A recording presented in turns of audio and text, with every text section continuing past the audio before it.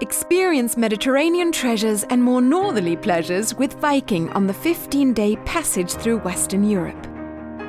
Begin your journey in beautiful Bergen, home to the UNESCO-listed Bergen wharf and charming shopping streets. Viking history and contemporary Norwegian culture meet in the friendly town of Haugesund. Next, you're welcome to London. Explore the countless landmarks of Britain's legendary capital. Paris, City of Light, awaits with museums, monuments, and of course, cafes. Set out for abbeys, cathedrals, and chateaux in Cherbourg, France.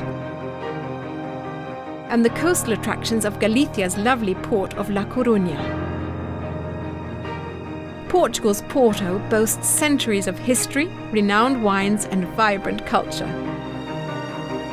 In Lisbon, you'll walk the labyrinth of streets of the old Alfama district and gaze in awe at sights like the Castle of the Moors.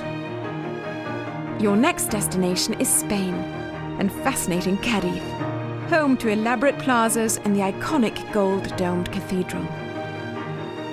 Malaga is the gateway to the storied Andalusia region and the magnificent Moorish Alhambra Palace in Granada.